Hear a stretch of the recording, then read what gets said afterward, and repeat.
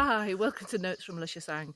In this week's video we've got loads to show you. It's been a lot of stop-start, but you should find it interesting. Hope you enjoy it. We were hoping to be working on the roof of the barn, but unfortunately we can't do that until we've got the scaffold up. We can't get the scaffold up until we've got the floor down in the barn that's going on, and we can't get the floor down until I've repaired the crack in the drain and got everything in ready for the toilet and the utility room that's going to go in there. And we're waiting for parts for that, so we thought we'd crack on and get on with the drive at the back. And also, you may remember a couple of years ago in 2019 we had an enormous poplar tree taken down in the woodland, so I've made a start on clearing around that to saw that up and get that out of the way.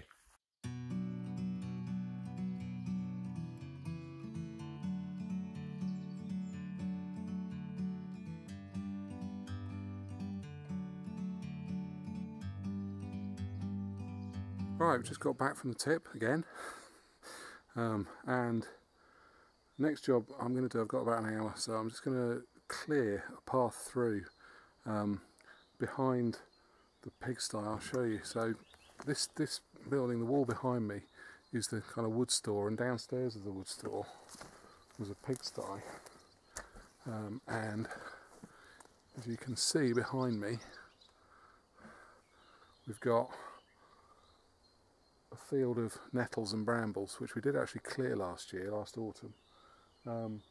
And under that, so just there, you can see there's a branch sticking out. That is attached to the poplar tree we had taken down about 2 years ago, and the trunk of it is big. You'll see in a bit, but it's, I don't know, 3 foot, something like that, maybe a bit more. So what we've got to do, and I want to be able to get the little digger through there to do some clearing that we need to do, where we've got some earth we need to just pull it about, landscape it a bit, and cut some steps into it so we can get up the other side, because believe it or not, one day this will be a sort of woodland spa. It's a plan, not for a little while yet, but anyway, we want to start getting, when we've got a spare hour, it's quite handy to just come do a bit of clearing down here, then you don't get sick to death of it, and it just helps the job move along. So anyway, that's what I'm going to do now.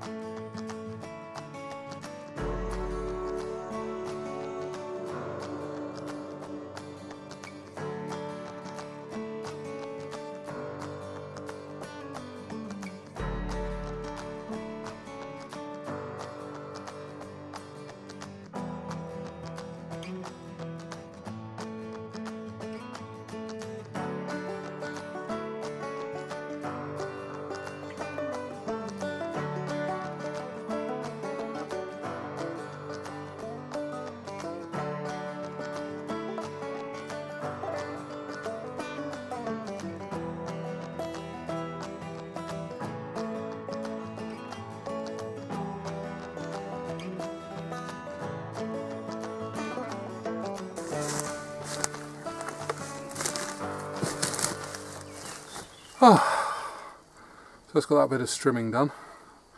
Yeah, the nettles grow here, you can almost see them growing. So this is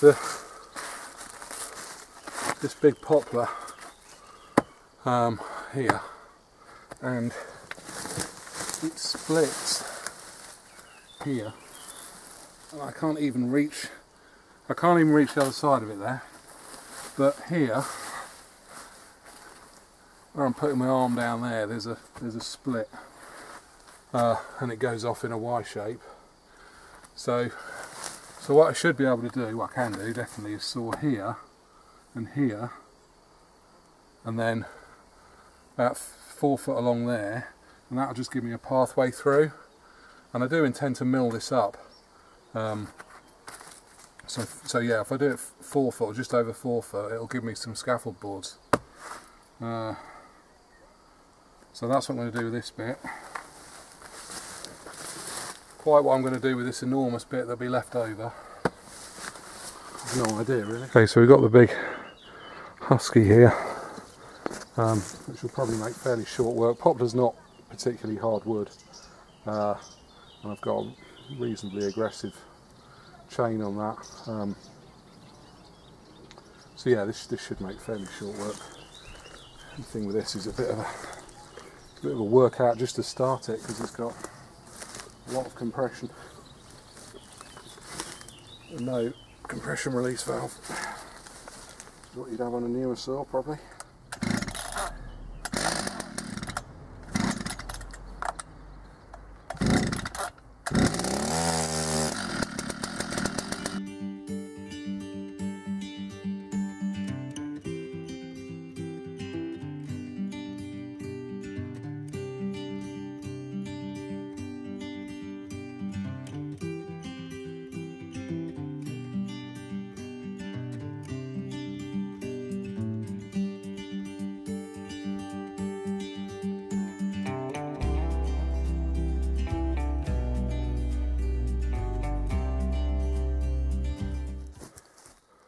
Okay, so you probably saw the chainsaw's locked up in there a bit. I had cut a V, but I was a bit concerned that might happen. It's not really a huge problem. I just saw through that next bit, that smaller bit, with the smaller saw.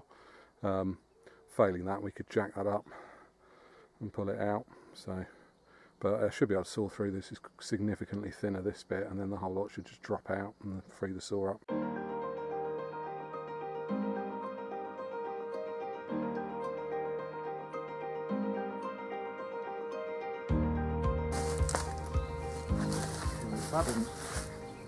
Let's not move that at all.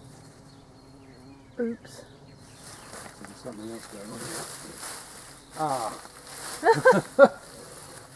Has An another additional limb. branch, which we'll have to saw through. How big is that one? Not that big. So this splits again then. So it's now abundantly obvious there's another big piece here that's still holding this up. So just chalking it through, and just going to jack this one up, get that saw out, and then saw through that piece, and that can drop down there and won't damage the saw. So I've just got my jack.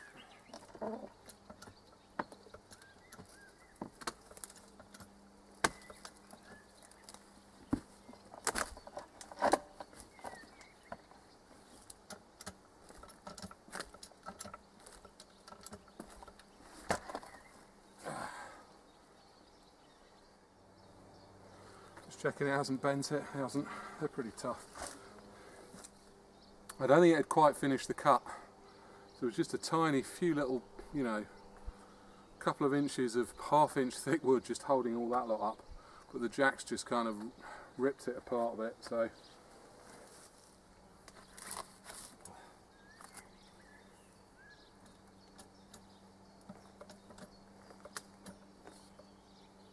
Yeah, a tiny bit of sapwood and some bark holding that up.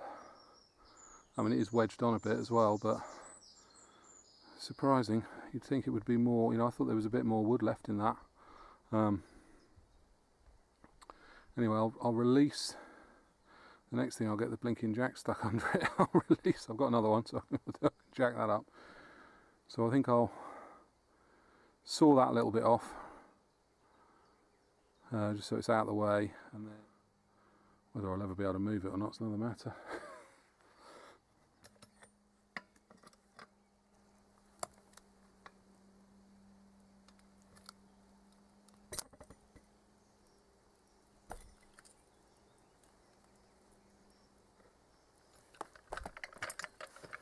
It's not really sitting on that, it's just sat on, it's kind of wedged up. So we'll get the other bit sawn through.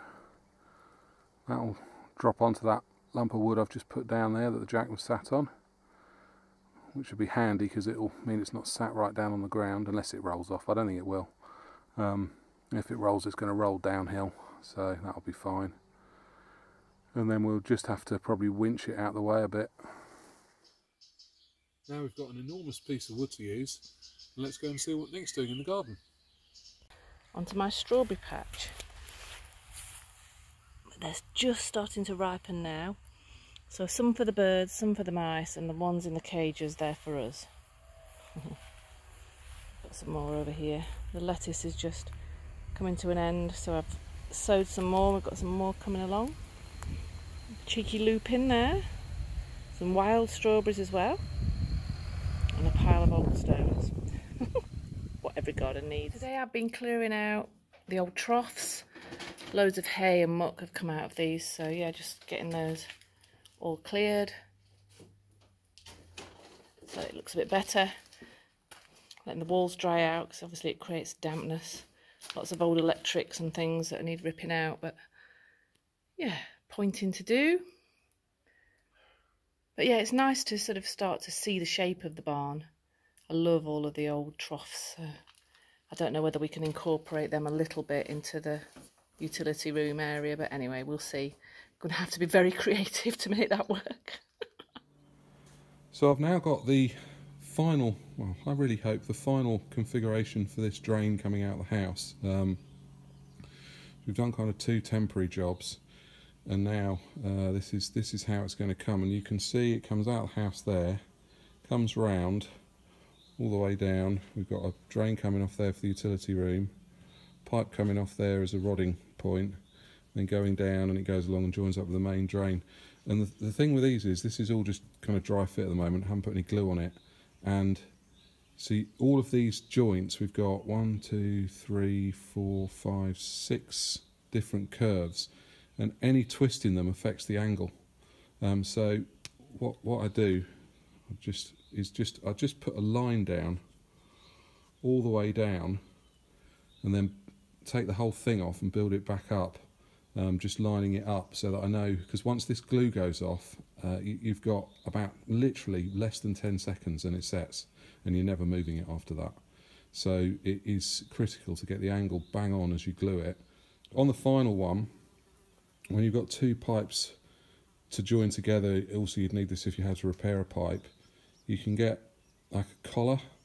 So these collars slide right back onto one pipe, as long as you remember to put it in before you start gluing up. Then you can put that pipe in place and slide it back on, and then glue around the edge as you go. So that's how you get a join between 2 pipes. Like if you, let's say you had a small crack in it, and you need to just saw that out, and then you can get the collar on. You need to saw enough to be able to get the collar on, get it on, push it back on, and that fixes it. So anyway, what I'll do now is I'll just mark up these angles so they're ready to glue. The line all the way down, and then I know once they're all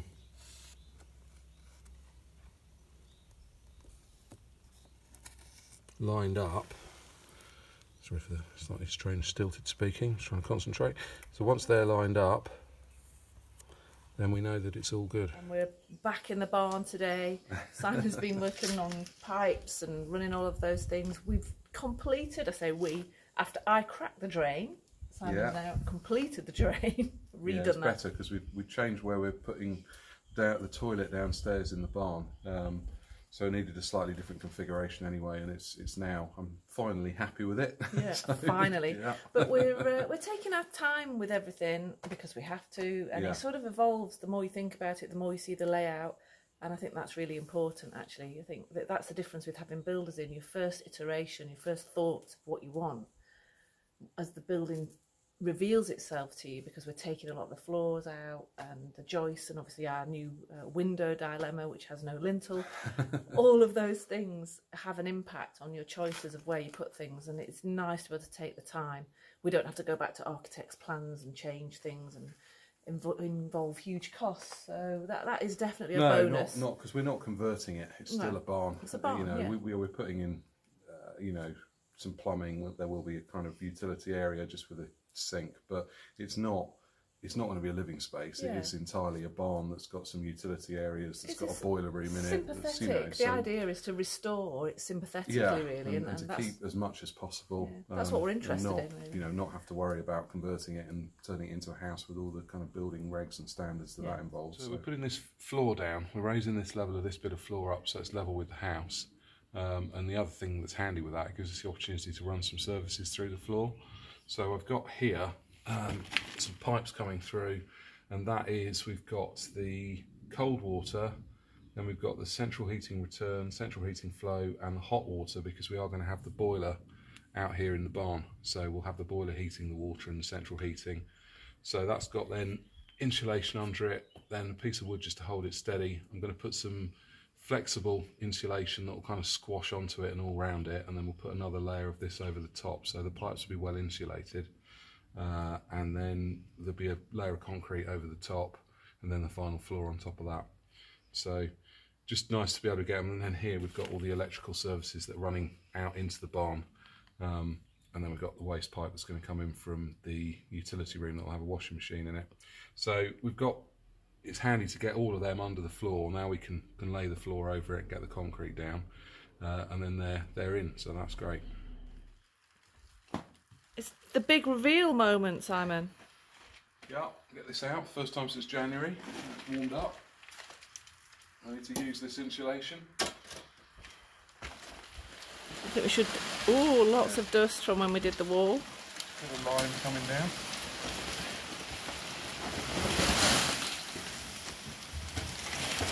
Woo! Voila. Voila, one door. Finally, we've levelled the floor out and you can see the door. This will be the utility room door to our kitchen, and probably the main entrance that we'll use, because walking the dogs when they get wet, it's just nice to have a space where we can get them dried off first. So we've covered the drains, yeah, with a clay. Got this clay floor. lime mix stuff. That came off the old. They used to use it as a fire break. Yeah, on the old floor. So I'll show you a picture of that, and yeah, we're distributing that to get the level here, then rebar down and concrete eventually. Yeah. But scaffolding's going up now. Yeah, scaffold's up, so we can get the first few rafters on now, and then actually get started on the repairing the roof, so we can get that dry before the winter. So we've got about 4 months. We'll need 4 months. We'll need all of that. Right, so we'll crack on and get the scaffold up. The scaffolding is up. Hurrah! And there's thunder and lightning, so we think that maybe standing on a metal scaffolding is perhaps not the best plan in a thunder and lightning storm. So we're going to leave that for today. Have a cup of tea. Have a cup of tea. You could go in the kitchen door there, Sim, straight in the kitchen. Whoop.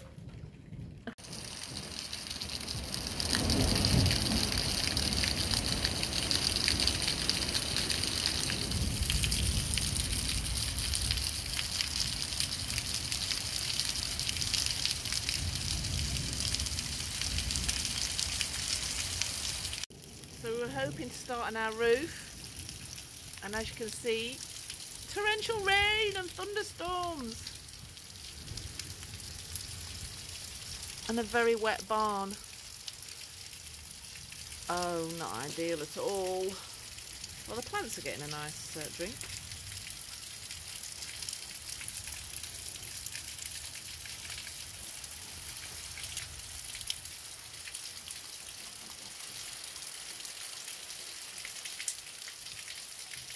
We're really excited today because we're going to take down this lump Simon's trimmed, and then we're going to go and get the Fiat and hopefully give it a new parking space. So it'll just be a rough sort of guide to what our drive will look like. But yeah, it's nice to start planning it out and getting some shape for the driveway. So we'll just get the little digger, scoop it out there, and we've actually got another place, which is one reason we're doing it now, where we need to build up a bit, doing a bit of landscaping around the other side. So it's quite handy to kill 2 birds with 1 stone on this one. Yeah, so we've got a couple of hours and then we're off on the community walk. Yeah. So we've got to go, get going. Go.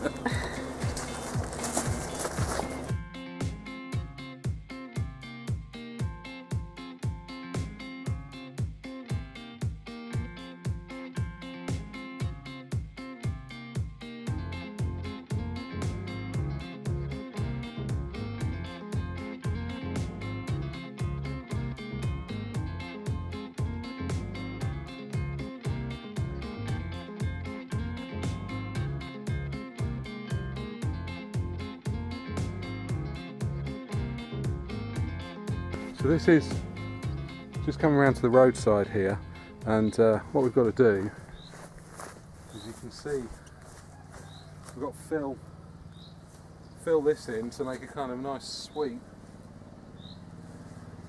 coming off the road, and then the wall we're just going to take down, just kind of straighten it off there, gives a bit more width, and then kind of do more or less the same on the other side. It's similar, and then we'll have quite a nice wide kind of apron to drive the cars up into, and yeah, and it's actually a bit higher. Where the digger sat is probably a good foot higher than it actually the final level needs to be. So we're going to get that down as low as we can, even off this slope, and then you know, then we'll be able to use it as a drive. And we're going to put that, I think you can get like a hexagon sort of matting that retains the earth, but grass just grows through it. Just keep it cut short because it looks nicer and it's less. If you put anything else on there on a slope, gravel will fall off the slope, tarmac will just get weeds growing through it, so that'll be the best thing.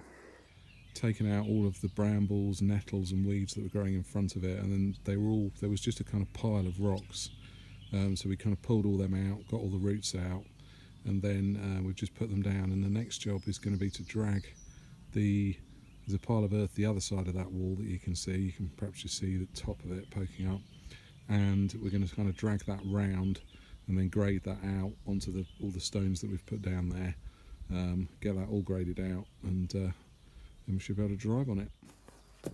So where there was once a lot of earth and a lot of weed and a lot of ivy and a lot of elder and a lot of bramble, there still is, but in this bramble we've taken quite a lot of earth out with the fantastic digger, and I've been barrowing it round here. So let's have a quick look at the driveway to make it an easier driveway entrance and exit. So it follows the curve of the bread oven and goes up the drive. So many stones. But we might have a place for the mighty Fiat to rest this evening.